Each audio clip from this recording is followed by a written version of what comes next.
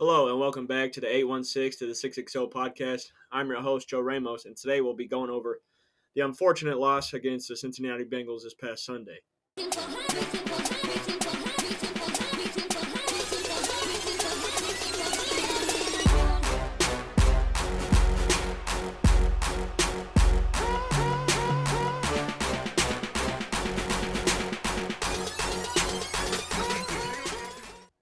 Unfortunate loss on Sunday. 27 to 24. Uh, they were driving, 4 minutes to go, and Trav was fighting for extra yards and he fumbled. And people are going to put the loss on Travis Kelce, and you can't. He's a guy that has made plays for us 99.999% of the time. And for him to have one fumble and you're putting all the blame on him, it's not okay. There's other things that we could have executed on earlier in the game, better play calling in some situations. Even the defense, people are talking on the defense. And if you're going to be a fan of any football team, any sports team, you ride or die whether they win or lose. Yeah, am I upset that the Chiefs lost? 100% I'm upset. Like, yeah, it hurt my heart to have a loss like that when I know we had the game in our hands. We were up four with 4 minutes to go. They fumbled, and the Bengals had all that energy coming back. But the Bengals are 3-0 against us in this calendar year. So that means they're the real deal. You're beating a team like the Kansas City Chiefs, not an easy team to beat. Uh, just very impressive. Jamar Chase is him. T. Higgins is him. Joe Burrow is a good football player. Maybe even great. Those guys are making names for themselves, and they are going to be a force to be reckoned with in the AFC, not only this year in the playoffs, but for years to come. It's a rivalry that's brewing. Patrick Mahomes is now 0-3 against Joe Burrow and the Bengals. And for him to prove himself, he's going to have to beat him come playoff time. And right now, it looks like that the Bengals are the Chiefs' kryptonite. And it sucks to say when I feel like a more talented team in the Buffalo Bills, the Chiefs can beat in the postseason. Yeah, we've done it in overtime. It may not be in regulation, but we've still beat them.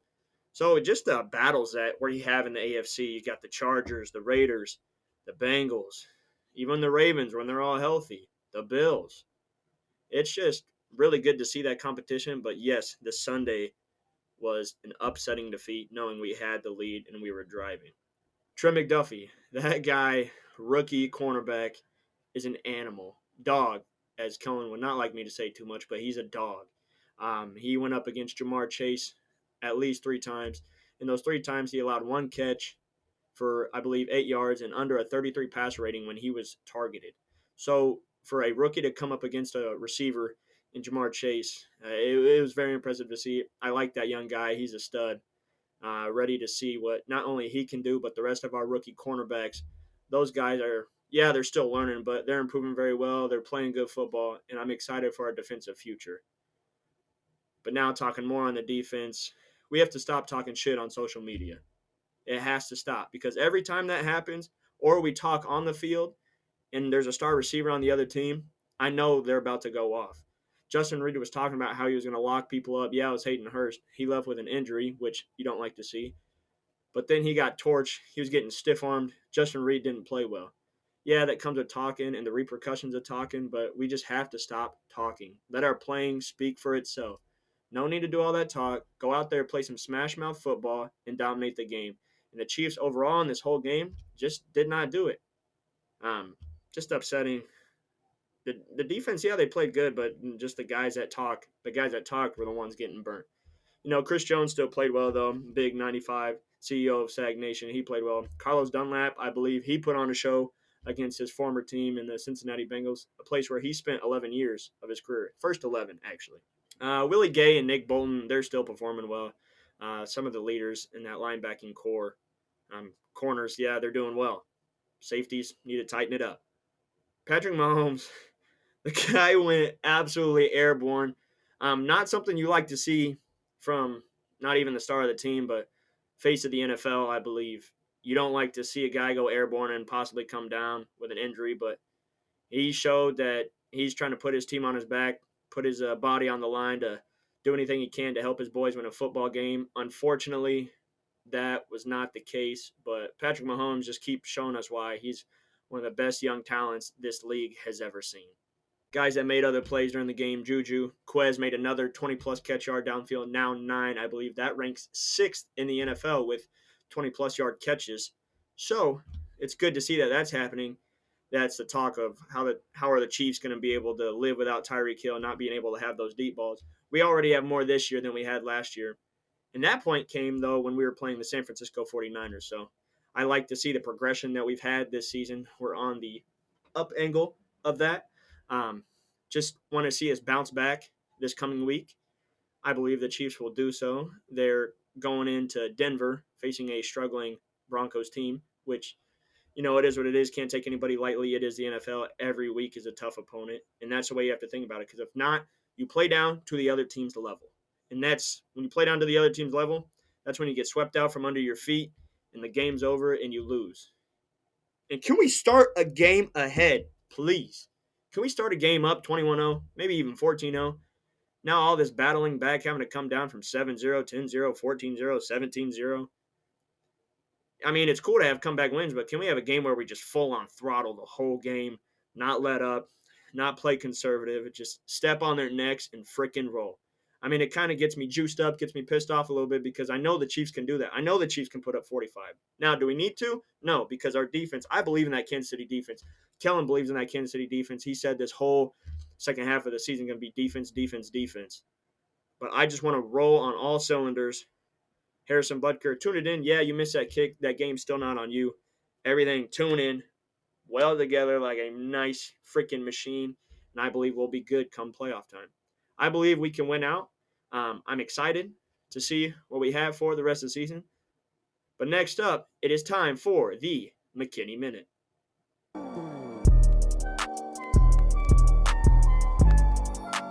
Hi, I'm Kellen McKinney, and this is McKinney Minute. This is a reoccurring segment that we like to bring on here. This is the second time doing it, and let's get started. So, first thing I want to bring up is it's not the performance I want to talk about. It is the overall response to the fans I've seen on Twitter, and it makes me sick. We have had it so good as fans to be a part of this organization our whole lives. We've been blessed with these great players. Yes, we have had down years and years where we went 2-14 and horrible years. But now that we have Patrick Mahomes and Andy Reid, Travis Kelce, and all these other great players on the team, we have become spoiled and we take advantage and we don't really appreciate what we have here. I've seen multiple tweets saying that Chris Jones needs to be in the backfield more and actually get sacks. Just because he had one bad game this whole season, everyone else has had good games, but Chris Jones, he has have great games all season long. But the one game he doesn't record a sack, everybody flips out, flips their lid over it. Cut the guy some slack. They're humans too. I'm tired of seeing the slander because all I see is, hey, Chris Jones, instead of liking Chiefs comments and stuff on Twitter, how about you get in the backfield, get a sack? Well, he's using those tweets as motivation for next week. My thing is, this is going past a minute. I'm just fired up because this whole thing. I think next week Chris Jones is going to record at least 3 or more sacks. I'm calling that right now. He's going to use this motivation and all of these hate comments that he's getting from our spoiled Chiefs fans. Don't even get me started because it just frustrates me that we've been around so long and we've waited for greatness and people are still not appreciative of what we have and what we got. Yes, we want to win more championships, but they're humans too. Cut them some slack. They deserve it, and they've made us happy for so many years. Don't ruin it. That's all I got from the McKinney Minute. Thank you, Kellen, for that McKinney Minute. Yeah, that fires me up. All the stuff of these. This is what I'm going to call fair weather fans. People who didn't know who the Chiefs really were before 2013, even when we had Alex Smith, before they knew what a winning record looked like. I guarantee you 50% of the people that are now Chiefs fans weren't with us when we had Matt Castle, Tyler Thigpen, Brody Croyle, Brady Quinn. We struggled through those quarterbacks, and we still had great players. We had playmakers, but we were spoiled, and we need to get over that. We have bad games. It happens, but we bounce back. Look what happened. I mean, year after year after year, we dominate, and you still give them crap. Ride or die with us. Nothing else to be said. It is what it is. Now keep your head on straight because the Kansas City Chiefs are coming. I believe, my personal opinion, we're going to win out. Patrick Mahomes is going to keep balling out. Trav's going to ball out. The rest of the offense is going to ball out. The defense, they're coming. Chris Jones, like you said, maybe not 3 sacks, but he's a dog. Oh, God, I am fired up too. That makes me so angry. Just people our own fan base hating on us. You know, we're spoiled, but we're good.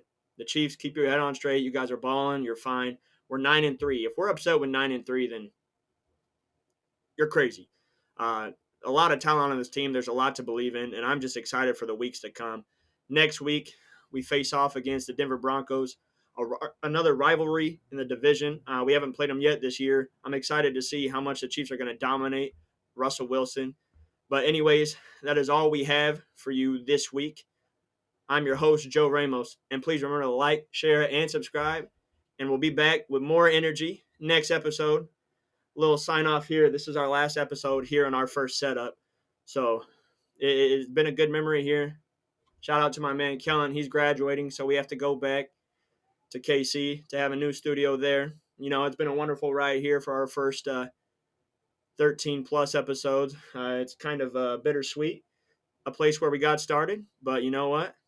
Nothing more, nothing less. It's just a start to a journey. Anyways, we'll see you next time. Deuces.